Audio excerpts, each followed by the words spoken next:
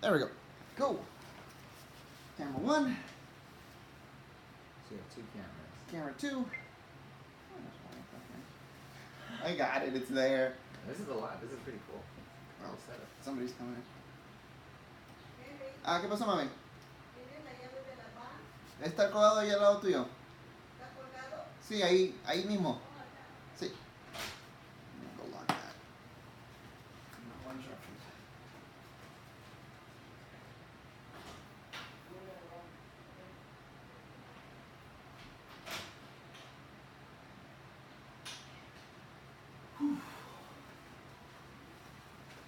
All right.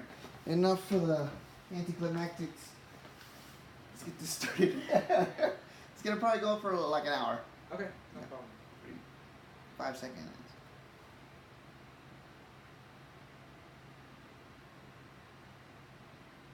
Hey everybody, welcome to the UltimateBS podcast, the podcast about my Ultimate Bringer show where I interview every competitor and headliner that's participated.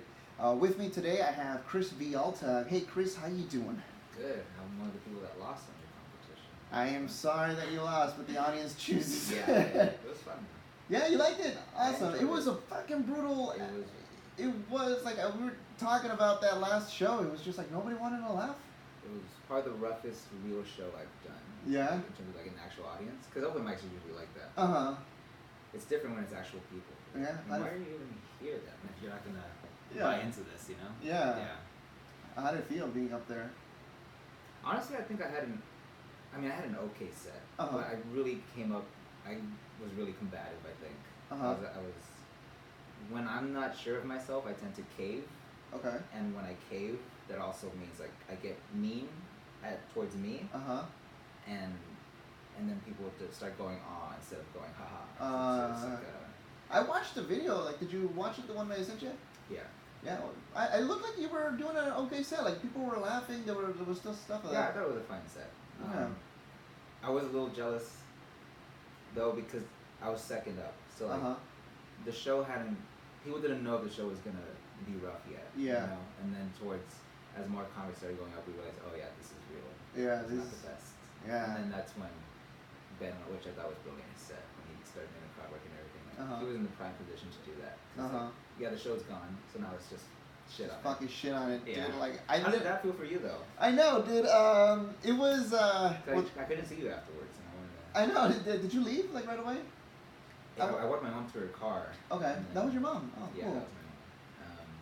She had fun, which is good. And when I Your came poor back, mom. yeah. So this is what you do on the weekends? This is the first, because she's seen me a few times. This is the first time I got the vibe of like, are you sure about this? Oh my gosh! Oh, I'm so sorry. No, it's good for her to see that stuff. We laughed it off. Yeah. Okay. Good. No, I mean, I'm telling everybody that like I feel partially responsible for that show because when I was setting up, I noticed that there was nobody out there. Like while I was waiting for people to come out, then like the 10 o'clock show ended, and then there were still no audience members, and which was completely out of the regular. Normally when I'm out there, there's like a crowd, just people there, and I'm excited, but I'm also nervous. This one, when I noticed there was going to be very few people, it psyched me out, and I was like, oh man, what am I going to do? And we ended up putting all the comics in the audience, and which is like, what I like about having the comics in the back, normally what I do is put them in the back room, right? Yeah. And that like builds the tension for them. It really feels like, oh fuck, what am I going to come out to, right? And not only that, because like the fourth wall, it cuts the laughter in half, so you think there's a bad show going on there, but this time it was like, no, you're in it, like nobody's laughing, and then comics are in the audience. It was, I blame myself, like I was psyched out, so when I went up there, I was like, so everybody welcome, and like, okay, let me do like some jokes, and I fucked up my jokes, and I was like, all right, nobody's laughing, and then I was like, all right, let's just get started, right? And then when Ian came out, I was like, okay, cool. Ian's coming out, he's making people laugh, it was a good set, and then I come back out again, I was like, all right, everybody, and there was nothing for me. I was like, okay, whatever, so let's bring out the next competitor, and then you were second, right? Yeah. It was like, all right, and then I'm back there, I'm like, I think that like the show is going a little quieter than normal, but I still hear a little bit of laughter coming through, and I was like, okay, and I don't know, man, it was It was a tough show. I feel like you probably got most, at least like lessons in comedy out of that show. Yeah, I should be really prepared. Yeah. Yeah. You can't just expect the audience to be there for you. Sometimes you gotta convince them that there's a show. Yeah. It's okay to laugh. I felt like I was dying every time. I was like, oh man, that hurt me. But you know? that's interesting because I could feel that, and I wonder, do you believe in vibes and stuff like that? I do. Yeah. Well, one thing, I sort of felt the show wasn't gonna go too well. Okay. Because the day before I had a really good set somewhere. And I was like, that should have happened tomorrow. Oh. At the show. And I was like, that's not gonna be good. But then I got there, and I think just having it in your head, I really believe that if any part of your head believes this is not going well, then the audience sort of picks up on that. Right away. They'll fall into that. Brutal. There's some hosts like Travis, who I would love. You can never tell he's bombing. Yeah. Which he doesn't really bomb, but you can never tell the laughs aren't there if they're not as loud. Just because it's in his head, he's been doing it a long enough time where he knows if you just keep going, if you just keep seeming like things are funny, then the audience doesn't know when the joke is over. So that's something I'm trying to still learn. Just like not give up on bits. Because just because they're not laughing doesn't mean they're not ready to get there. Yeah. And like we saw that with like when Ben went up, everybody was like, like the guy that went up before him, it's just like there was no laughter from that guy, and he didn't stop talking. He just kept going. Yeah. And I was laughing, but it was a comic. Like this is right. Yeah. Like fucking Eric Rocha in the back, just like oh. Seeing Eric react to him was just hilarious. Oh man. I asked that guy to be part of my show because I saw him fucking kill like one night, like at the fourth wall. And I was like, dude, you have to be like, you want to be in my show or whatever. And he was like, yeah, let's do it. And I guess the audience just wasn't ready for it. But like that set it up for Ben, just like all that pressure, and then Ben just. It was the perfect thing. It's just like, now the show's really out the window after what he did.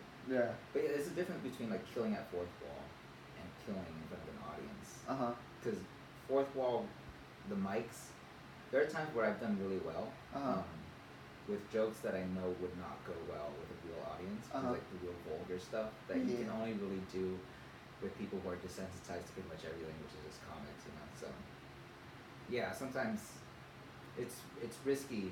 Sometimes I have to think about if I do really well at fourth wall, like a 10 mic, I'm like, maybe I shouldn't do that in real shows because it's just a different vibe. Right. Like then you're becoming like a comic, and then yeah. That's why it's good to venture out. I'm trying to do that more. What mics do you like to hit up? There's one called Tao Comedy Studio. It's in Koreatown. Oh yeah, they recently moved, didn't they? Yeah, they did. Yeah, I haven't been to the new one. You been to the old one? I used to go to the old one. Yeah. I like that. I like that place because it's like the exact opposite of fourth wall, where there are rules. There are certain things you can't say. Really? What are the rules? You can't do like rape jokes or anything against women. Very feminist room. And honestly, that sort of leaks into you have to pretty much be fairly PC. Okay. Can't step on any buttons. Whereas fourth wall, you kind of have to step on buttons sometimes to get any sort of reaction. Yeah. So I like going there just to sort of, because if my jokes work at fourth wall, where anything goes, and they work at Tao, where it's a more modern, conservative room. Yeah. Liberal but conservative in the words. Yeah. Then I'm happy with the joke. You're like, okay, it works for both audiences. And then that's you put it in your set. Yeah. Do you have like a 5-minute set that you have like in the back pocket that you're like, these are my killer jokes? Yeah, I have a few. Okay, that's good. Yeah. That's good. Did you bring them out on the? I did the first 3 minutes, and then the last 5 were ones that I hadn't done at a real show yet, and I want to see what the reaction would be. I think they did pretty good. Okay. Got as best as that audience could get with actual jokes. What Ben did, which is crowd work, it's a whole nother. It's a whole different beast. Yeah. My brain doesn't work that way. I'll stumble. I want to get better at it, being like right in the moment, but I hear that you can only do that through practice. And I'm more in my head. I'm more cerebral is what the word is, right? Yeah. No. Yeah, I do like crowd. I can do crowd work, and I can do regular jokes, but transitioning from one to the other is hard for me still. Okay. It's like picking up on where I left off. The other day I was doing. This guy came in. He was really hot. Maurice, if he's listening, I still want you. No, but he did this bit where he said I lost 70 pounds and he lifted his shirt up and it's just Bruno talked about it. It's like a 12-pack. He's just ripped. Okay. And then I just riffed about him and how much I wanted to fuck him and all that stuff. And yeah, it was great. But then I knew the set I wanted to do was a more toned down. It was like it went from depression jokes to. It wasn't the same energy. Okay. So sometimes it's hard for me to let go of the set I want to do and just go with the flow of what I was doing. Right. That's the only problem. So yeah, just trusting myself to just let a set go and just be funny. Even if you're never going to say what you said again, it's fine. Just learning how to be okay with that. Like in the moment, yeah. Yeah. Eric does that a lot, I think, where he'll do sets where he doesn't do a bit. He does a set that would only work in that moment, which I think that's a skill. It takes a lot of confidence, I think, in yourself to carry that much. You know, it's funny. The other day, or the other night, probably like a month ago, I haven't been to the fourth wall in a while. Eric, everybody was outside and we were all talking, and I kept hearing Eric talk about how like, man, it's like it really sucks when like you bomb, right? It's like, oh man, you just get angry because of this, and I was like, I don't think I'm like good enough to like get that angry yet. Because it's one thing to be like, to suck and then bomb. You're just like, I'm still learning. Yeah. But if you're at Eric's level, you're like, you're good consistently and you bomb, then you know that like, I can do better. So of course you're going to get pissed off. I was like, man, I wish I wish I was good enough to hate myself.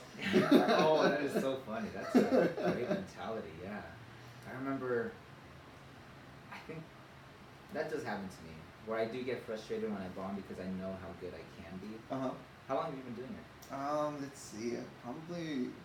Well, I used to tell people that if you put all the days back to back, I've only been doing it 6 months. But it's been 6 months since I've been saying that, so I'm gonna say a year. I don't want to reach the like tell people like, oh, I've been doing it for 2 years because I'm not at a 2-year level in skill, you know. Yeah, I have that same thing where I've been saying 3 years for 3 years now. I guess. Man. But, yeah, at a certain point when you see like your ceiling, that's the thing. I think a lot of 2-year, 5-year comics, they can see how good they can be a few sets, but the key to being great is doing that consistently. Where it's like, for me, it's like, okay, maybe one set out of the 10 I do a week, I'm great. But I won't be a great comic until all those sets are great. So, right, and then like the ratio flips. Yeah. I guess point is consistency. It's not really writing. You know what? Now I'm curious. I want to hear about like your best set ever. You know the set that made you more like, fuck, I want to do that again. That's a tough question because I have a bad relationship with great sets. Oh, really? How come? Well, I've quit comedy 3 times. Okay. The longest it lasted was like a month. Okay. But the first time was in San Francisco, where I had a really good set at this place called Brainwash that's closed now. But they were like the mecca for San Francisco comics. Like Moshe Kasher used to go there. Aziz Ansari went there. Oh, cool.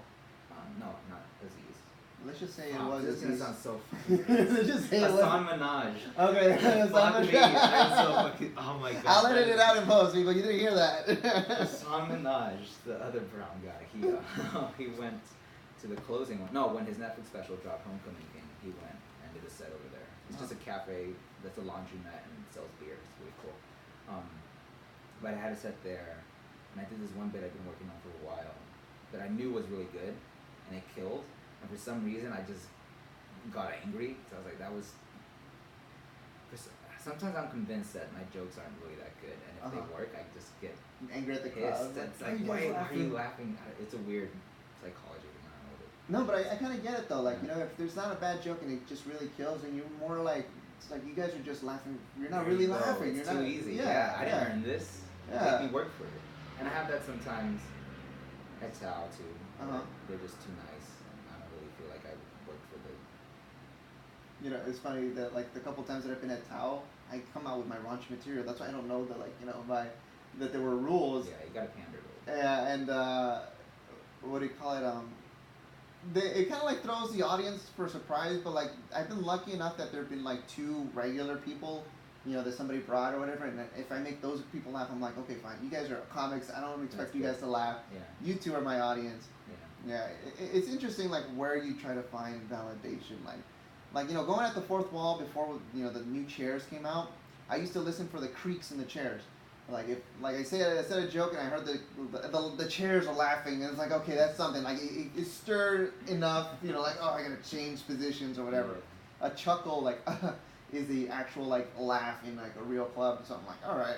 Yeah, you have this sort of equation. Yeah, in my head. This equals this. Yeah. Yeah, that's good. But I don't know if it's how real that is, like in practicality. I'm still trying to think of a set that I left really happy with. I don't know. I don't think I've had that like set where I'm as happy as I think the audience was, or where the audience is happy as I left afterwards. I'm still trying to find that one. But there's some of my favorite ones are just the one-offs where you just say something you never say again, and then the fourth ball I've had a couple where people just all of a sudden just do a standing ovation for some stupid riff. What the fuck? Yeah, it was just like a joke of it, just like it catches on, like, oh, they're clapping and understanding. I was like, oh yeah, this is great. It's fun, those ones. And I haven't seen any of that happen. Yeah, no, those are the riff sets, Yeah. Where you actually are yourself. You're funny. It's not your jokes. It's you, which is a whole other thing. Like I think Robin Williams was one who it wasn't really what he was saying. It was just him, like his energy and all that stuff added so much to whatever joke was being told. Where if I told a joke that he did, it probably wouldn't work. Did you say Robin Williams? Robin Williams, yeah. Is he your inspiration? Do you like? He's one of my favorites, yeah. Okay. And I am nothing like what he does. Yeah. Like the exact opposite. Now I'm sitting down on stage. I don't know why, but it just feels right. Yeah, you know what? You try to find what works for you, right? Yeah. Yeah. Yeah, I don't know. I'm always constantly, when I go up, I'm trying to find that persona that's me. I got my jean jacket, which is like my little comfort blanket that I put on. It's funny. It's I don't know. It's stupid, but like because I wear the jacket, I feel like the juices are on it. And I got made fun of last podcast when I said juices. You said juices? I said juices. Like, what kind of juices you talking about? Like, juices flowing. No, because what I was talking to Ian and Ben about was that we were talking about the Fourth Wall Hollywood location, and like I've only done that once, and like I kind of like felt like the juices weren't in the walls yet. They were like, whoa, that's weird. What kind of juices you talking about? Yeah. But it's just like the energy that's in the room. It's like it still needs more laughter, still needs more, and then like I feel that the Fourth Wall has that. But yeah, like my jacket, or like I've gone up multiple times with it on, and then like when I didn't have it on, I was trying to put it in my head that like, it's just a jacket. Yeah. But like I completely fucking bombed, and it just doesn't go well without it on. I don't know. I like my jacket. I used to have a jacket too. Yeah. It wasn't a jean jacket. It was an Echo Unlimited jacket. That's when I first started. Is it the green one? No, it's a black one. It's just a sports jacket, I guess, because it didn't have a hood. Okay. It's the collar. And I would wear it to every single set for my first summer. I think, is that the one that you were wearing in your Instagram account, right?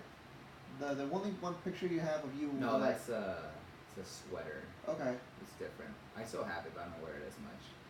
It's from 8th grade. It was like, I still fit in a lot of clothes that I had from back when I was chubby. Tell me, I got a sweater that like you remember Vader Zim? Yeah. Dude, I went to Hot Topic. There was like a patch, and I bought the patch and I put it like on the sweater, and that was like my sweater. Everybody kept asking, like, "Oh, you got an Invader Zim sweater?" No, it's like it's just a patch. Yeah. But it doesn't belong on the sweater at all because it's such a big sweater and it's such a tiny patch. It's just like right in the center, and I don't know. I love that. Yeah, I wonder if I should still have that sweater. Invader Zim. We just got some Invader Zim shirts at Hot Topic. That's where I work. You okay? Yeah. I love that fucking store. My favorite. It's fun. First time I ever went to Hot Topic was me and my family were walking on Hollywood Boulevard. We walk in and there was like, oh man, this place looks pretty cool. There's rings. Like, I don't even think I'm allowed here. And then like I bought myself a little skull ring with like $10. I was like, it's a lot of money. It's expensive. But it's a fun place. I love how many people come in not feeling like they belong there. It's really a lot of middle-aged moms are like, I guess my kids like this place. I don't know what it is. But yeah, it's a cool store. You get a big discount? Yeah, I get good clothes out of cool coworkers. Someone actually suggested to me that I should talk to corporate and like do stand up for some event or something. Oh, like corporate event? Yeah. Yeah, that'd be cool. Be a cool little step in. I've been wanting to do that for like Trader Joe's, because Trader Joe's has like a meeting of managers in like Palm Springs and shit. And like, I was like, oh man, like I do stand up. I've done Trader Joe's jokes. Maybe I can do some of that. Yeah. Because they would all get it. You know what I mean? Yeah, exactly. Yeah. Those Hot Topic jokes be fire for the employees. Not so much for real people, but. I get that. You know, like I get this vibe that like you like vinyl. Do you? Oh fuck Yeah. yeah. You get. Have you heard any of my jokes about records? No. You haven't seen me in a while, so yeah, I've got some new ones. I'm really excited about. But yeah, I fucking love. I just really dove into it recently. Yeah. Oh, nice. What kind of player do you got? I have a cheap one from Target still. Okay. But I'm saving up for a new one. It's gonna be good. Like the one I want is the Audio Technica. It's like $300 or whatever. Yeah. It's on Amazon. I was like, oh. Yeah. But now, after you buy that, you need the real good speakers. You know, the tube amps. It's a whole investment. Oh, my man. buddy, he has one that stands up and you can see the disc like move vertically. Whoa, really? Yeah, I love it. That's I just fucking love awesome. looking at it. Yeah, so cool. Yeah, and this summer I just went crazy on the records. I bought like almost every Beatles one recently. Nice. What was your first record? The first record I bought was Blonde on Blonde by Bob Dylan. Okay. Yeah, the 2-disc, and I felt really cool and hipstery when it got it to me, but I took a picture of it and tweeted it and everything. This is the beginning of fedoras and all that stuff. Never leaked into the style, but yeah, I can get pretty annoying, I think, if I talk too much about like certain people with like records and stuff.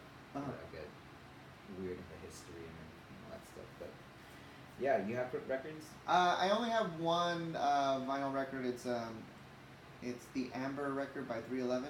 Okay, yeah. Yeah, like because that Amber song, I fucking love that song. Yeah. And there are a lot of good memories with that song. Yeah. And so I was like, I need this song. I want to listen to it like with a fucking record how it's supposed to be listened to. Yeah. But I still don't have a record player. I have a record player in the back, but I don't want to like ruin the amount of plays that you have from like a cheap one. You know what I mean? Yeah. I love it. I think the best experience I had listening to a record was I got Sgt. Pepper's.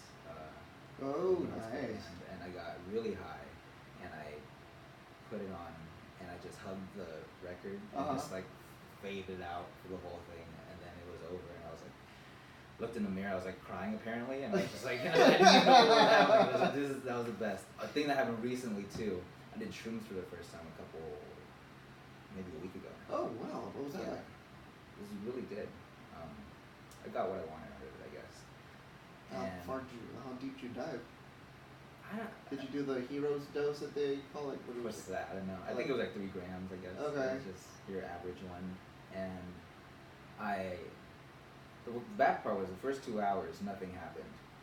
And in that moment I was like, is my anxiety or whatever I have so strong that hallucinogenics won't attack it? I was like freaking out, but then it hit, and then it's like, thank God. And then I started listening to John Lennon's Imagine. And I love him. Yeah. I genuinely do. And then just had this experience where I just felt like I was talking to him for like 5 hours or something, and I woke up. It's gonna sound weird, but like the sun started rising and it was like morning, but I did it at midnight, and it just felt like I had like really great sex. Like, oh yeah? Yeah, just like that feeling where like I had a cigarette, just smoking, and I just feel like, fuck, I just feel enlightened. Like I just went to a whole other place. And the only other time I felt that was when I was with somebody else. Really good. And it was just just feel like this different state, and then the rest of the day was so mellow, you know? Yeah. I don't, you know, some drugs like they really bring you down, but this one, like the depressing, where like your endorphins were so high that once it's gone, you're sober, you're sort of like depressed and stuff. But with this one, it was just more like a very mellow, like chill. Yeah. Just I went to work, they called me in, and it was just chillest day ever. It was a beautiful experience again. I really had fun. Okay. And the music sounded so much better. I had it on record, and it was just, oh my god, just goes deeper, you know. I wanna start diving into different types of drugs, but you know, the natural stuff. Yeah.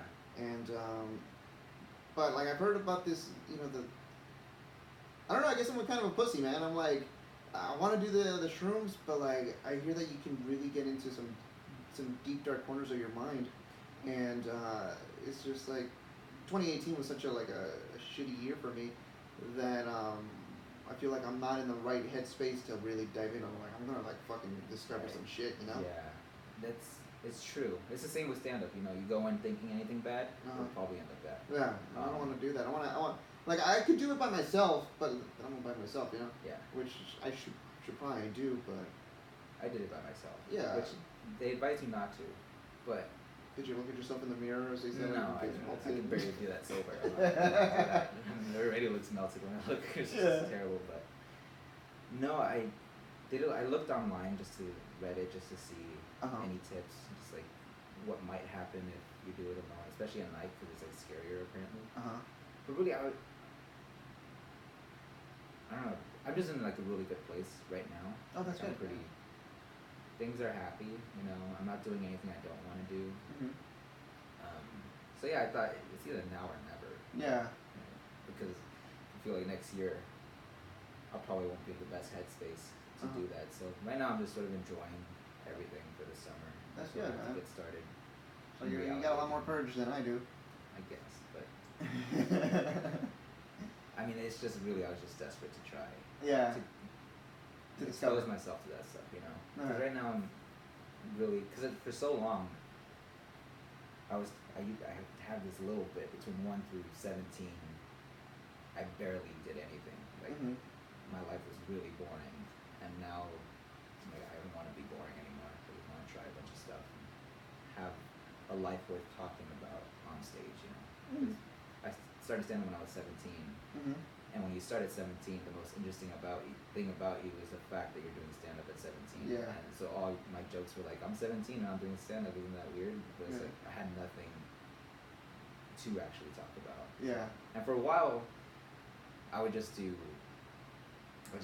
got with a lot of people, kind of a slut, just so I could talk about experiences with those type of stuff. Do it for the story.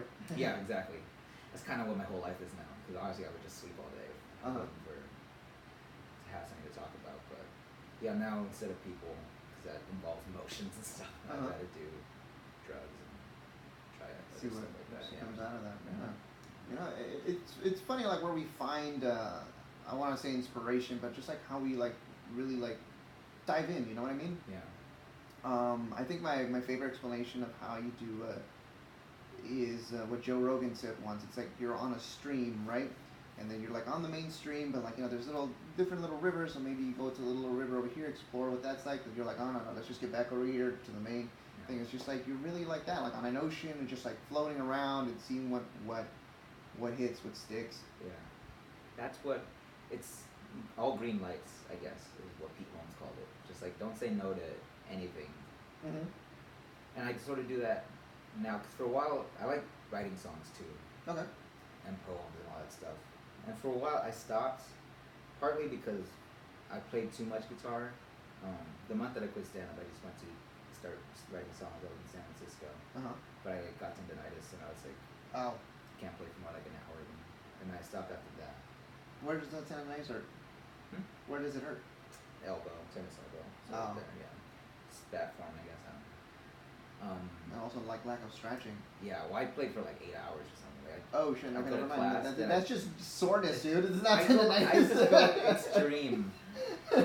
I do things, like when I first started stand-up, I'd do like 21 sets a week or something. Oh, yeah. I didn't have a job or anything, so I just drove around. It was my first summer off out of high school. Yeah. And same thing with songs, where I just would write around and play for hours and hours and hours. Now I just sort of trying to do enough stuff where I can't do anything so extremely, you know? But now it's like, I stopped writing songs for a while because I was lost confidence in it. And I was like, well, if I do write songs, then it's a whole other way of looking at the world that you can apply to the stuff that you actually want to be more successful in, like stand-up and stuff. Yeah. So is right now stand-up your dream? It's not number one anymore. Okay. My number one is, I have this YouTube channel where I do video essays, which is just sort of commenting on movies and music and stuff. Okay. I like to be an editor. Uh-huh. I'd also like to be a writer, just like a straight up pop culture essay, like person. Have you ever seen Almost Famous? Yeah. It's the movie about the 70s, Rolling Stone, and they're following Stillwater. Yeah. I like that movie. I love that movie. Yeah.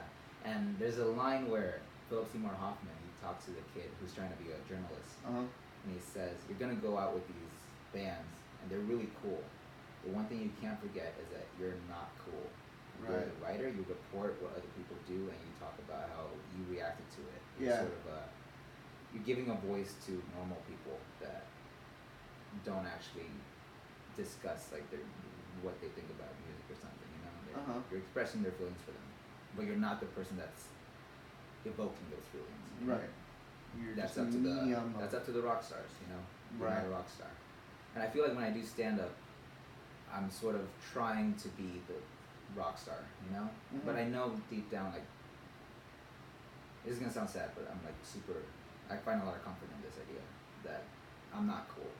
Mm-hmm. I know what my lane is, I know what I want to be great at, and I'd love to, honestly, I'd be more interested in writing about stand-ups and like doing like a documentary about Fourth Wall than actually performing sometimes. Just because I think I'm better at communicating how something made me feel as opposed to making people feel stuff.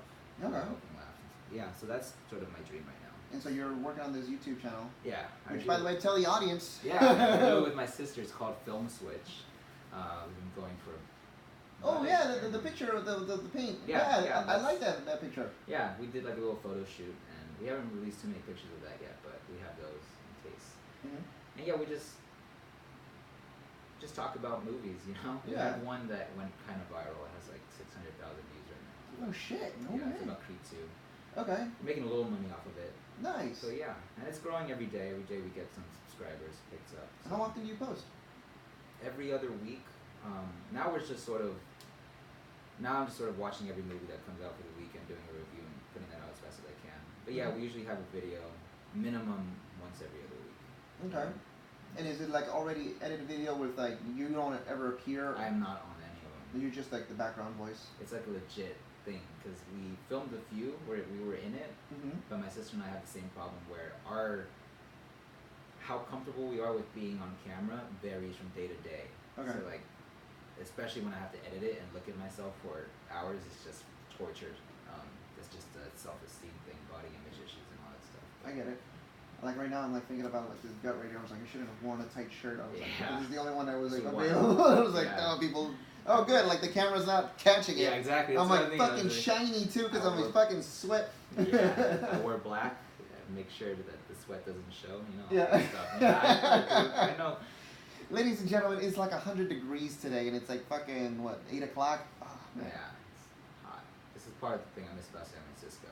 It's always nice cooler. And cool. Oh, nice. Yeah, and I'm very sweater weather type guy. Yeah, I love sweater weather too. It took a lot of confidence, honestly. It took a lot for me to actually go on stage without wearing a jacket. It eventually just got so hot, like I can't. Oh no way. It's stupid. Yeah, but it does take. Not anymore, but when I first started doing it, when I first went up with just a shirt, I was like, you were in your head, huh? Yeah, I was like, this is what are they gonna see? And like, I don't know, my arms are ugly, I don't know, but. Yeah. You know, it's funny. Dude, this one time I went up and I made like a fat joke about this guy who was in the thing. Like I was trying to do crowd work, right? Because like I was high and I noticed that this guy that came in looked like Gordon Ramsay because he had the white hair and he was white and. I was like, oh, you look like Gordon Ramsay, but like, if you like the food more than you like making it. And then like, just tell your jokes, and it's like, it's not cool. And I was like, oh, I'm just fucking around, you know. That's funny. Yeah. That sucks. Yeah, when someone doesn't take it well. Yeah, and so then like I started talking about Lee, and oh man, I was like, I wanted to go back and redeem myself. Like, no, you guys don't get it. It's like my self-esteem is so low that I have to work out. I can't be happy with just eating fast food, you know? Yeah. You guys like yourselves more because, like, you can just allow yourself to, like... that's very interesting. Right? Yeah. You know, I wish I could eat, like, In-N-Out every night. Just fucking, why not? I don't love myself enough to do that. Yeah, no. Wow. Like, I don't want to treat myself to the pleasure... That's an interesting perspective. Yeah, I kind of agree with that. Right? Yeah. It takes a certain level of confidence to be fat. Yeah. For some people. Or at least a certain level of like comfort within your own skin. Yeah, exactly. Comfort. Yeah, I started thinking more about this. It's just that, you know, like I think my whole life has just been restricting myself from eating certain food. Like my brother, he eats fucking chips all the time. Like, or how about this? Better yet, like growing up, my parents never bought snacks. Yeah. You know, if we bought snacks, they were gone within like a day, and like, you know, that's why we never bought them because it was just a fucking money. And it was like, okay, great, you know, we're growing up without any snacks. But then, like, now I'm an adult, and I was like, I want to eat some chips, you know. Yeah. Now I'm eating them, and then like, you know, it goes to my body. I should have eaten them when I could get away with it. Yeah. But no, it's just been restricting. Yeah, it does suck. Once I remember the day I found out what calories were, and just everything. Oh man, that sounds so sad. How old are you? 15 was when I started like realizing, I'm not a good looking. I'm fat. I know I was fat then, but it was the story. It's so small, the shit that triggers you. But I was on a date with first girlfriend. Yeah. We were walking through Northridge Mall, and we walked by one of those Abercrombie and Fitch where they have like the black and white photos of hot people, and like she saw one of the guy had abs on the picture. Yeah. And she looked at me, and then she poked my belly. Oh. And that like. Yeah. Ever since then, bulimia. She was thinking it was cute, but you were like. It ruined everything, honestly. Like that one moment. I don't know if she knows. Or maybe it saved you, and you started working out. That's true. I mean, I do look better, which is a problem with eating disorders at work. Oh man, that's funny. It gets you to where you need to be, man. Right. Yeah. But now I still have a weird eating schedule where I don't like to eat unless I worked out. Okay. So like today I haven't worked out, so I haven't eaten yet. Okay. No, but you mean like eating? You mean like anything at all? Like no. I try not to eat anything. No. Sometimes I get a little snack or something. Trail mix. Apple. Trail mix is very caloric, a lot of nuts. Yeah. I know too much about that shit. Right. Yeah. In my head, I know what every calorie is. Yeah, cashews have more fattening than like. Exactly. So delicious. Yeah, and it sucks when you know that because it's just harder to enjoy life sometimes. Like you go to a dinner or a party. Like recently, my sister just graduated high school. And she had a little party, you know, and my mom got all this food. And I went, and it was the worst time for me because I was about to date somebody, and I guess, and when I'm like interested in somebody, that's when I go like full out. Like I will go to the gym twice a day, not eat anything at all, and just super slim. And yeah, and then the next day, or like a week after we broke up, I was like, man, if this happened last week, I would be eating more food right now. Right. Just so I can actually enjoy it. So this was all for nothing? Yeah, exactly. Because you were so busy going to the gym, she was like, he's too busy for me. It's funny, but that's exactly what. Really? That's not what happened with them, but that's happened before, yeah. Have you heard this song called Obsessed? No, by who? I don't know what her name is, but it's like, you're so obsessed with yourself. Oh my God. No? I relate to that. No, listen to that song. It's such a good song. I love how clever it is lyrically. Yeah. But yeah, if you got Spotify, go ahead. For sure, Obsessed. I'll look that up. Yeah. It's pretty fun and enjoyable. Yeah. So tell me a little bit about your creative process. Do you subscribe to the whole that like comedy is found within the darkness? I did when I started. The day I started comedy, I got out of a psych ward, and I thought this is perfect. Oh, nice. Yeah. It's dark. What a background story, right? Yeah. Didn't get any laughs during my first set, but I felt, and all my jokes from my first year, if you were to listen to my recordings, which I don't think I have anymore, every single set, 3 to 5 minutes of suicide jokes. Just pure, dark, depressing, and all that stuff. Do you remember them? Or you try not to remember? I'd say a few that still work. I have a few in my back pocket I'll whip out every once in a while. But yeah, every joke was just a suicide joke. And if you talk to my old friends from my first time doing stand-up, they were like, yeah, it was just dark as fuck. And I sort of enjoyed doing that, like being dark and making people go through that. But now, not as much. Especially now, because I've been okay with being happy for the first time, maybe ever. Yeah. So yeah, I'm sort of going on stage. And you're still very young, dude. Like what? I know, yeah. Yeah, like what? You're 21, right? 22. 22. Yeah. Oh, dude. Now I go on and. You can fuck up doing stand-up comedy for the 10 years. That's what Erickson told me, yeah. And like you're still like fresh. Yeah. But. 10 years, dude. Yeah. 10 years. I mean, I learned a lot from doing all those suicide jokes. I learned that they don't work. Yeah. And that you gotta smile sometimes on stage. Dude. But yeah, now now I'm in a really good place because now for the first time I don't really need laughs anymore. You're just doing it for fun, right? Can be lazy, can lead to some laziness. But yeah, it is fun. It's more fun when you don't need it. You know? Yeah, and I also have the YouTube channel. And yeah, so I have all my chips more in one place and not just in that one stand-up place where my life is on the line when I'm up there. So maybe it's not as good in terms of drive and actually going out and getting shows and stuff, but it just makes it more fun. Creative process though, it's gone from having dark experiences to having any experiences, but I also really believe that the same as you are what you eat, you also, your art is what you see. So like I sort of have this idea where if I keep listening to good music, watch good movies, read good books, then my stand-up will be better. Just because you're surrounded by good art, and whatever you do should also, you're just picking up subconsciously. Yeah. Even if you're not even knowing. And honestly, maybe it's just because I have it in my head that it works, but. No, I've heard that before too. Like, that like, there's like negative brain food, you know, if you're going online and looking up all this negative shit, you're gonna, like, your brain's just gonna be like negative. Exactly. Yeah, like it's one of the reasons I love listening to podcasts, and you know, comedians especially, because it's just like I'm like one of the guys, you know, this is like I got friends, you know. I cannot tell you how life-saving podcasts were when I was growing up, 17 and on. What do you listen to? Are you subscribed to any fan of any of them? Tiger Belly, I love. I want to listen to that one. I haven't yet. I love Bobby Lee. So funny. I hear he's probably gonna come out with a special. I hope so, but then he won't have any material because he does the same thing every night. But right. I love. Honestly, I will sometimes go online, just type in Bobby Lee, look at the images, and just laugh for like 30 minutes. Just his image just like fucking cracks me up. I love him so much. But about that one, Tiger Belly, the first one I ever listened to was Nerdist and the Pete Holmes one. I forgot what it's called. They're making it weird. Okay. Yeah, that one was the first one that. Honestly, those two are the reason why I started doing stand-up, partly. So like, well, I more started stand-up because I wanted to be on a podcast, not to actually do it. Okay. How many podcasts have you been on already? That's not the goal anymore, but like now, maybe like 5, I guess. Okay, cool. I don't remember. But, and Mark Maron too, whenever I want to listen to that one. I've only listened to the Louis C.K. one that he's had with Mark Maron. Yeah, I love that one. And the Robin Williams one is good too. Robin Williams was on Mark Maron's? Yeah. I didn't know that. I know that Obama was in it. Yeah, Obama. I heard that one. Yeah. I thought it was going to be more funny, but he was really just having a conversation with him, and I was like, all right, cool. Yeah, that's the thing. It's not as funny as the other ones. But I mean, even Joe Rogan now, it's not really funny anymore. It's more informative. Yeah, I love listening to Joe Rogan. Like I even came across this guy named Gary Vee. Vaynerchuk? Yeah, Vaynerchuk. CEO.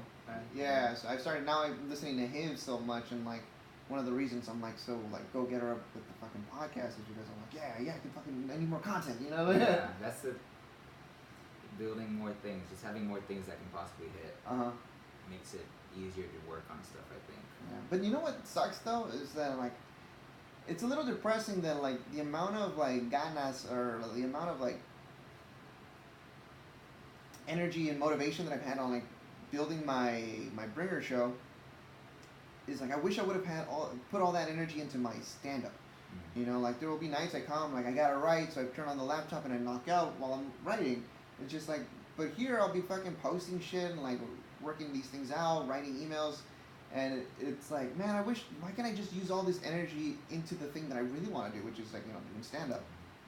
But it's just, one of the reasons I started the show was because of like I knew that I didn't have the amount of time that other people have, like to go out every night to do stand up, and so I had to kind of formulate, like Flappers was probably going to give me a set once a month, and I had to bring my family or like some people, and like this is such a like it's great, but at the same time it's flawed, and I think I could do the whole like bringer thing better.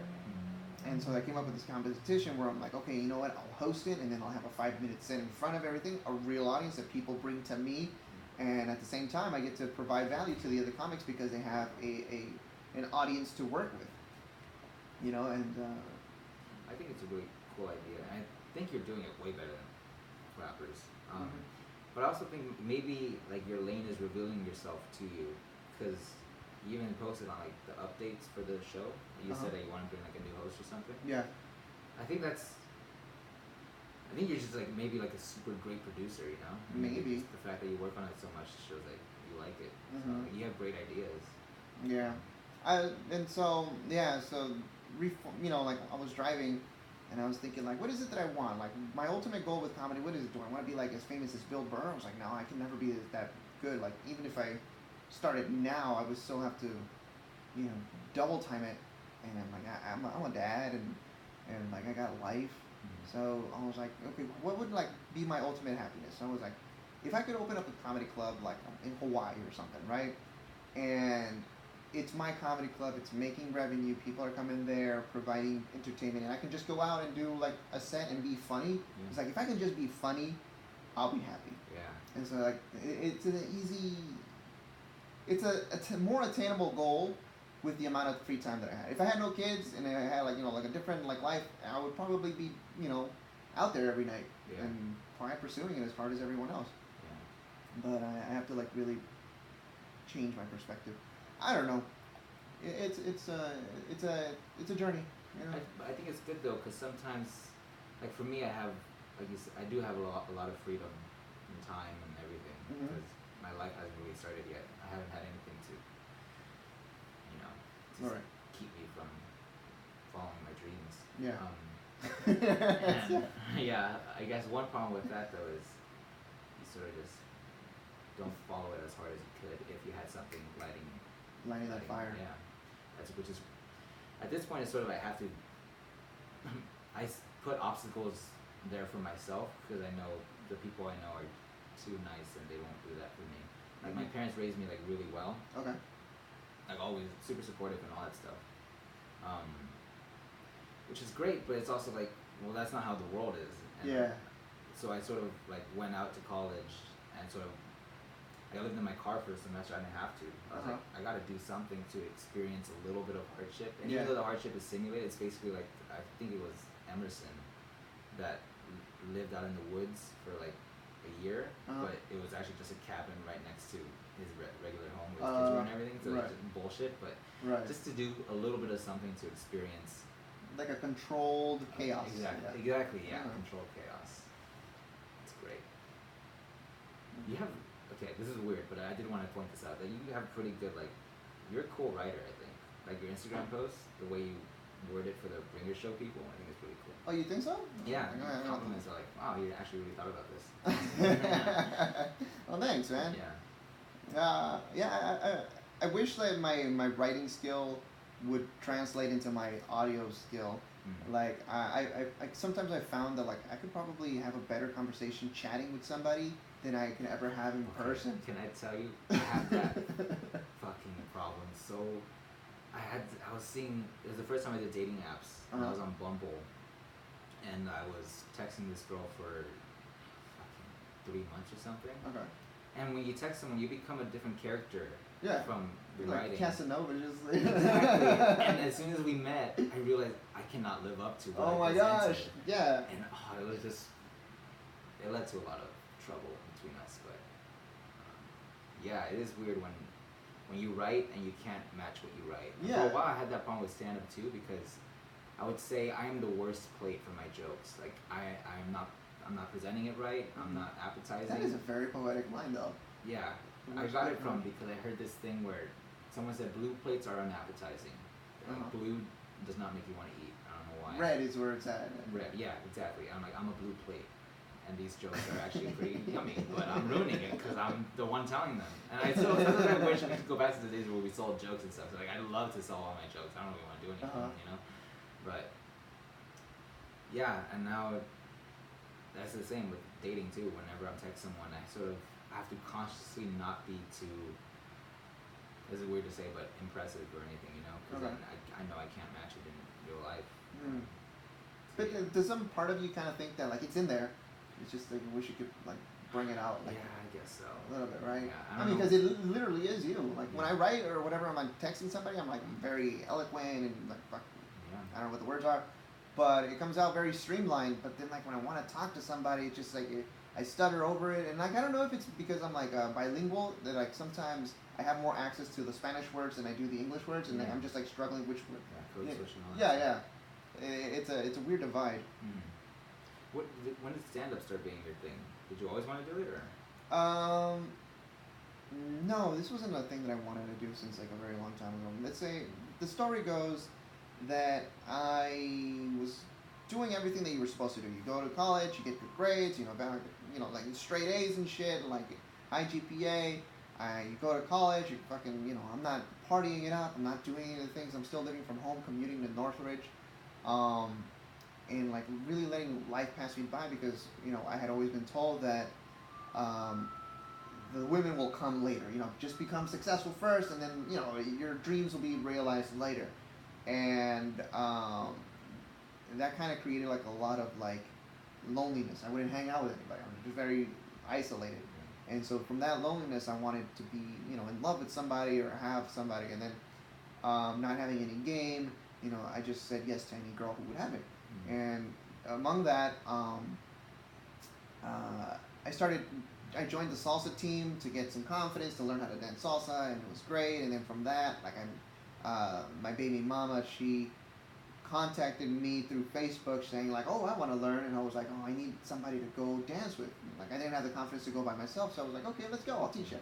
And we started hanging out, and she was like one of the first people to ever laugh at my jokes. Like she has a great sense of humor. Like one of the things I hate about her, she just. Isn't that funny? Yeah, we still. When you're laugh. not with them, you just hate everything that was good about them. Yeah, we still laugh. But what do you call it?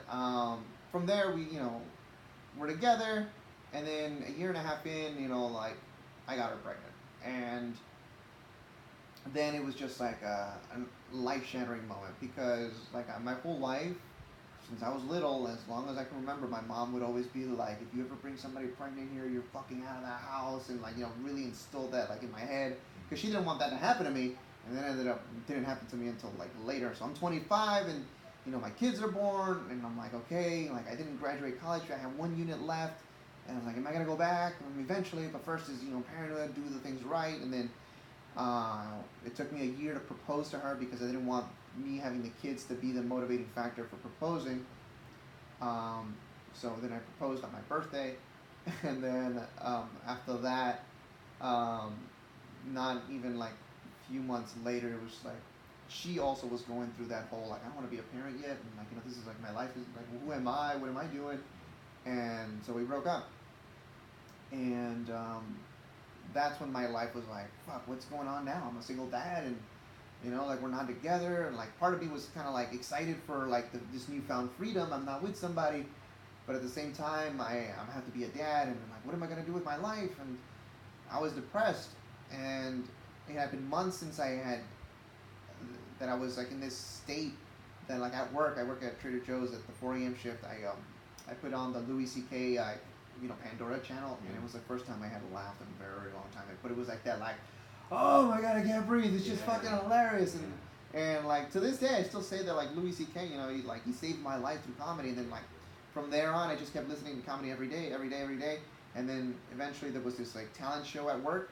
It was like, hey, anybody wants to do it? Like anybody have a talent? You sign up. And I was like, I can do some stand up. And then I did my first Trader Joe's jokes. A year later, I was at Flappers doing the open mic. And then, the rest is history. It was like the first time I did jokes at Trader Joe's, it was like, okay, why haven't I started sooner? Like, I was like, I should have been doing this for a long time. And that was the first time I ever felt right with something. Like, this is what I want. I've never ever felt that way. I went to school because that's what I was supposed to do. I got good grades because I was supposed to do. But when it came to something that I wanted, this was it. And I felt that meant something, and so I started pursuing it.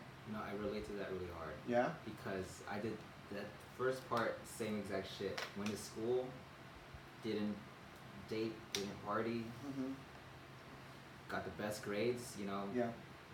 Fuck, it was fantastic. But I think the problem with being a good student is that being that good of a student, it really makes it harder to be like an interesting, good person and actually be able to function. Yeah. It's like a weird autism I sort of had for a while. Where it's like I couldn't talk to people. I didn't know how regular life worked. I knew how to get an A, but it doesn't help you in comedy. There's no syllabus for life,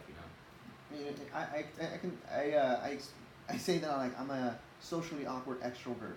Like I can talk to people, but like it gets like I've been traumatized by like I'll say something that I think is really funny, but I'm the only one laughing. Everybody's just like, what the fuck did you just say? Like that's so what? And it was like that all through high school. So kind of like approaching people is weird now. I try to tend to be more quiet now than so like I started this podcast. Now I have an excuse to talk to you. You have to talk to me now. Yeah, exactly. Which is probably something I should do because it's still a problem. But I think that's also why I started saying yes to, doing shrooms and all that stuff. It's just a way to avoid just a way to, because I came back to get my master's at CSUN, and my first semester I hated it, and then I realized I know I don't want to. I know what I want to do. I want to do the essays. I want to do stand up. I want to do something artistic, not just be here.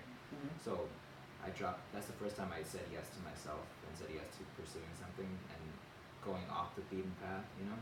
Yeah. Two roads diverge, whatever thing. Yeah. And yeah, that's pretty much why this year I think I've just been happy because I stopped doing the master's thing, and I'm doing what I kind of want to do. That's great. But it's sort of also like I'm sort of realizing I was really good at school, and now I'm sort of debating like, okay, I'm doing okay in life, you know, without school. But I also know how good I can be at school. So a part of me is still in the back of my head. I might go back to get my PhD or something and just make academics my whole life or something. But like you say, I'm 22. Yeah. A lot of time to think about it. Yeah, definitely. I mean, I get that whole being good at school thing, but I always felt it was like a.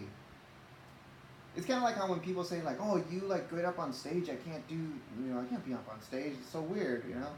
And like I don't understand what that's like. It's like, yeah, I get nervous, but you just get on stage. You kind of have to, right? Yeah, it's just like it's normal. Like the same thing with school. Like math was just algebra was my fun thing. That was fun. I used to like come home and write like y equals mx and just put in different functions or whatever and just figure it out for fun. Yeah. And it was easy, but the thing is like that the motivator.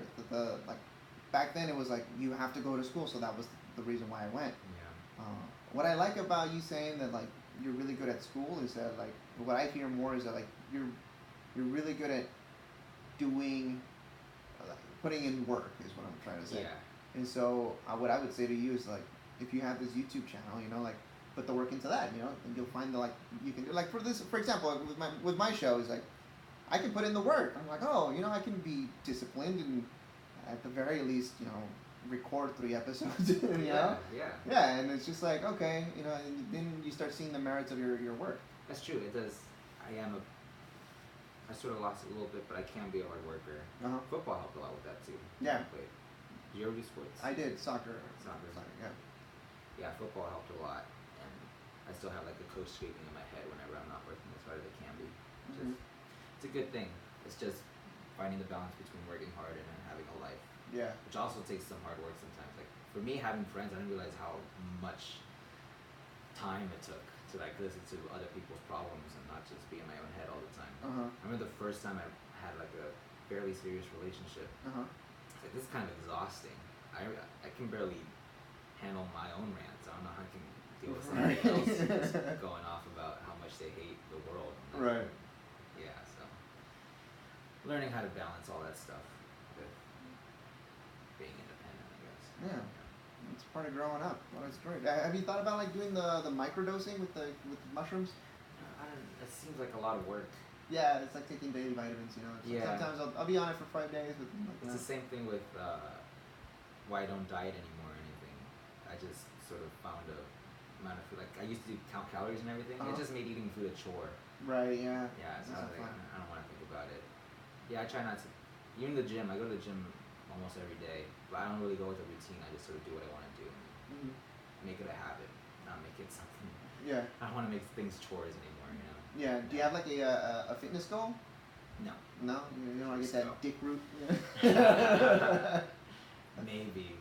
Right now, I'm sort of possibly allowed to see something, so we'll see what happens. All right. Cool. Yeah. Yeah. There's been times where I've had like fucking cut, but it's become a whole different person because you can barely talk because you're barely eating anything. So yeah. It's just blood sugars low and everything sucks. But you look good, but right. It's never really worth it. I think it must be hard for but I put myself in that mindset. Like I've never been that dedicated to going to the gym, but like when I do go, like I'll start seeing the progress. But then I'll get really hungry, and and then getting high doesn't help. No. You know what I mean? Then like, well, it's like I did work out today, so might as well. For me, I'm lucky because now that's also partly why I get high like at 2 a.m. so that just nothing. I will just fall asleep. Right. Yeah, I don't really. This is smart. And I get high in my car. I try to keep it from the family.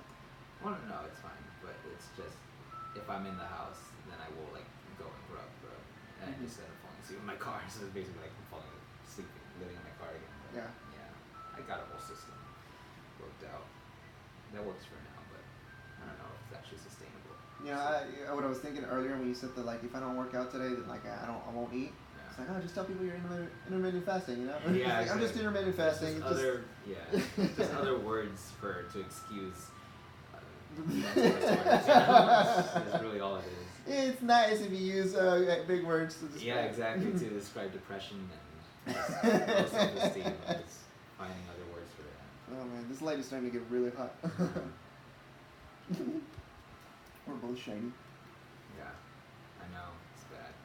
And I sweat a lot too, which is why I only go like work at the gym at like 1 a.m. when nobody's there. Cause I'm like, I don't want to impose my sweat on everybody else. So I just come when I'm alone with all the other ogres. We're just there, sweating our balls off. What was I gonna say there? You know, the funny thing about like the heat is it's weird. Like I went to Cancun last year. There was a wedding. It wasn't Cancun. It was like a little south from that. And I had been told that like, oh man, the humidity's gonna suck. You're gonna like experience the humidity. And I was like, okay, I'm ready for it, because I dislike summer. Like you see my house. This is what I've grown up with. Like it's just fucking hot in here. It's like it's a hot box. And like my dad, like we don't have air conditioning. There's no pool. There was no insulation in the walls or the roof for the longest. And my dad hates the sound of the fan. You know, just like, oh, it's just so, like, you're wasting electricity, it's so loud. So, like, wow. What do you call it?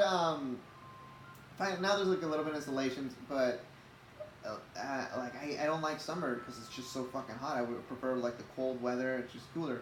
But when I went to Cancun, surprisingly, my body does better in humidity than it does in dry heat. Really? Yeah, and I started thinking like, oh, it's probably because I'm Peruvian, you know, like we're born south of the border, so the humidity we're around that. It's just like maybe it's in the DNA, you know. Yeah, I think you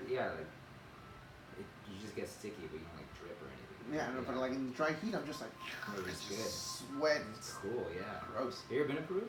I have. Last time I went was when I was 16. I've made this joke about like that. I've been to Peru 3 times. The first time I was 2 years old, and like there was hardwood floors, but like like literal wood floors, and I fell down and like a splinter went into my eye, and then like I was crying, and I hear the story that they went to the hospital, and like eventually they couldn't open my eye, but I had cried it out, so I was fine. And that was like when I was 2 or 3. You cried the splinter out? Yeah, apparently like just crying it up, it went out. It got out. Yeah. And the second time I went, I was 8 years old, and I had appendicitis. I almost died. And what do you call it? The last time I went was when I was 16, and like I kind of fell in love with this girl who was like somebody's neighbor, and we had gone out, and I was like, oh, this girl's giving me attention, and like she's Peruvian, we were having a good time, and then like I had to leave, and it was like, every time I've been there, something bad's happening. Yeah. It is kind of cursed, kind of. I think for me it is. I just want to say, crying a splinter out is so fucking poetic. You think so? It's just like, okay, say you're in a bad relationship, or you're in a breakup, and you cry and cry and cry until you don't feel it anymore. Just crying a splinter out. I love that. Okay. I'll put that in the next song. Keep that in the back pocket, and I'll write a poem about it later, and just be like, put it to some guitar, emo music. Exactly. Nice, dude. I can't wait to hear your stuff. I hope you have time. Yeah, I should have time. Oh, you brought it? I haven't. Oh, awesome. Yeah. And then, okay, Peru. I'll just say this. I think I'm cursed because my grandpa was like Genghis Khan of Peru, you know, he just fucked everybody. Oh, yeah? Yeah. Oh, man, these guys. Yeah, where's my DNA? Yeah, I guess. I don't talk to him. That's the other thing. I don't really speak too much Spanish. Okay. I can fake a little bit. But I never really had a conversation with him. Uh-huh. But supposedly he fucked a witch. Wait. Yeah, and then he cheated on her. And then she puts a curse on every male in the Villalta family. It says, and I've seen her. Like I've seen the witch. I've seen the witch. Yeah. Because the first relationship, like in person or like in like a no, like she appears. Yeah, she just however goes to appear, you know. Uh-huh. And it happened after the first relationship where I was, I guess, the bad guy in it. Okay. And yeah, that's when I started seeing her, and it was like weird vibes and stuff. Ooh, but also, I'm fucking getting shivers. Weird because my mom. Uh-huh. It's the story is that she's there also to protect the woman in the family from men like my grandpa, you know. Okay. So yeah, it's like a good ghost for them, very feminist ghost. And yeah, so my mom's been in some weird relationships, and whenever it's a bad one, like she appears and like scares them off and stuff. Makes them do. Well, here's the theory I came up with my sister is that maybe it's not that the ghost scares us, but it takes us over and makes us do things that we never thought we'd do, and we get scared of ourselves, and then we fucking leave. You know, like I never thought I'd hurt a person in the way that I did. Yeah. And then that's when I'm like, oh my god, fuck. Have you ever thought about getting a cleansing? I don't know if I want to make it. I don't know if that would make it worse or not. Honestly, I'm really into the idea of making it worse. I want to do like Ouija boards and shit, but no one will do it with me because I tell them the story. They're like, I don't want you, huh? Did you feel that? Or was that you kicking it? I just felt like a shake. She might be here, you know. Could watch the recording. She'll be here. Hold on. Ever since this whole like earthquake shit, and I'm like, oh yeah, oh that was intense too. Because anytime I'm gonna warn you now.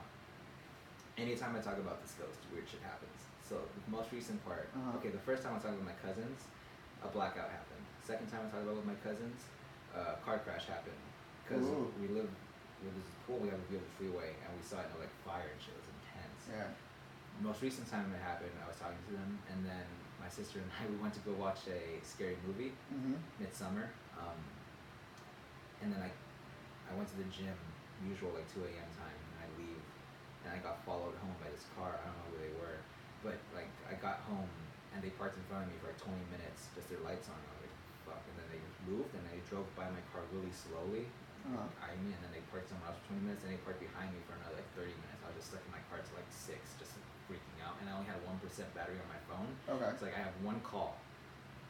It could be 911 or it could be my dad. I called my dad and he was asleep, so he picked up. So I just fucking just sat there, just. What happened to the car? They left because they heard police sirens. Okay. I think they thought that I called them. Oh, that's so weird. And then that same day, I go to sleep. I wake up to the earthquake. Yeah. So I'm like, fuck, this is just a series of shitty events. And then I go to sleep at 4 a.m. and another earthquake happened that same day. So it was like, god damn. That was a terrible time, yeah. And then the other earthquake, third one, I was at fourth wall. Yeah, there were 3. I only know about 2. Yeah, there was the 2 that happened during the day. One happened at 4 a.m. It was an aftershock. That's what most people don't talk about. Okay. Yeah, it was like 5.0 or something. But yeah, the third one, the last one, I was at fourth wall for that one. It was just funny because nobody ran away. We were just waiting for our sets. Like, fuck it, I'll die. I don't want my 5 minutes. I paid $5. Right. Yeah. But yeah, those were. It's crazy. Okay, I just figured out that the shaking was actually you like moving. Okay, cool. Because I was like, oh, there it goes again. There it goes again, man. I was like, just stop talking about this lady. I'm sorry. I don't want to invoke fucking those energies. Like my aunt, she's she's connected to that world. Yeah. In a weird way. You know, she has dreams and she talks to people and all of this stuff. And yeah, so I was like, if you want, I can connect you to her. And I'm kind of more into it. I like the whole spirituality. Santeria and. Santeria, yeah. I don't know why. I know I'm just tempting fates or whatever, but. Maybe, or maybe it's just all in our head, right? Yeah, exactly. Yeah. But I don't know, but maybe, you know? Seen her, so. Yeah, dude, tell me about that. Yeah. All right, man, we've done like a whole hour. Well, that kind of went that quick. Well, yeah, really easy to talk to, dude. Thank you, dude. It's like I had like an easier time talking to you than I did with the 2 guys. I felt like intimidated. There's 2 guys here. Like, oh, they did it together. Yeah, they did. Oh, okay, like, so like I said, like I had interviewed Ben first, like at Ian's office, because Ian said like, yeah, you can use my space to record, and so we recorded there, and it didn't work out, and so. I eventually got Ian on my show, and then I was like, now we can do it. But Ben was all like, oh, maybe we can do it at Ian's place again. And I was like, all right. So eventually, we thought we were going to go to Ian's place. That he was like, oh, we can't use my office anymore. So I decided to have it here, and they both came. And I was like, all right, cool. So yeah, it was 2 for 1. Okay, yeah. So, but I was an easier interview than them. That's good to know. Yeah, man, you're really like easy to talk to for sure. Tell people where to find you. The main thing is just Film Switch on YouTube, FilmSwitch. Subscribe and watch one if you like it. And on Twitter, @IM Chris Villalta. Same with Instagram. Yeah, I am Chris Villalta. You're not that active on Instagram, are you? No, I'm not active on social media at all, really. That's good. I don't like it too much. Right. Yeah. I don't even like to look at it. Partly it's because I have a lot of exes on both of them, and I just don't want to see them. Block them. They don't exist. I can do that, but part of me also likes scrolling through it. Sometimes like, fuck you, and I still love you. It's just weird. Yeah, exactly. But they don't deserve to see you happy, Chris. All right. Thanks for being on my podcast. I hope that you like when it comes out and you get to share it. And I know that like the show that you were in was a brutal show, but it's been good. Like I packed that house out like better than like the Yuhu room in Flappers. So like I hope you sign up again and try it out and for a real good show. Man, all right. Cool. Thank you guys. Thanks for watching. I hope you enjoyed Chris and our conversation. Bye, guys. Go get your guitar, bro. Yeah.